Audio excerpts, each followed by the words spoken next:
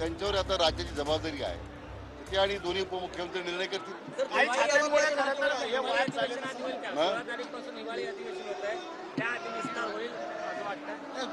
मला काही अडचण वाटत नाहीये. त्या अगोदर विस्तार होईल. कारण आता विपक्ष सुद्धा आता त्यांना आता नेमकी काय चाललंय त्यांना समजायला तयार नाहीये.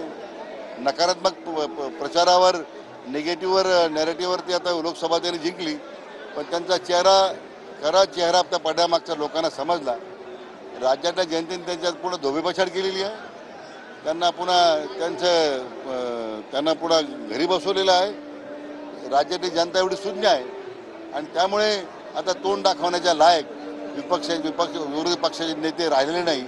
म्हणून आज सुद्धा शपथविधीला मोठं मन असायला पाहिजे, पण ते त्यांचं मोठं मन नाहीच आहे. त्यांचं मोठं मन कधी नव्हतं आणि ते फक्त व्यक्ती द्वेषाचं राजकारण करणारी मंडळी होती.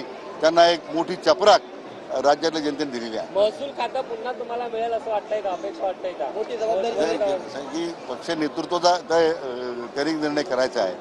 ती जबाबदारी देतील ती पूर्ण करायची. धन्यवाद.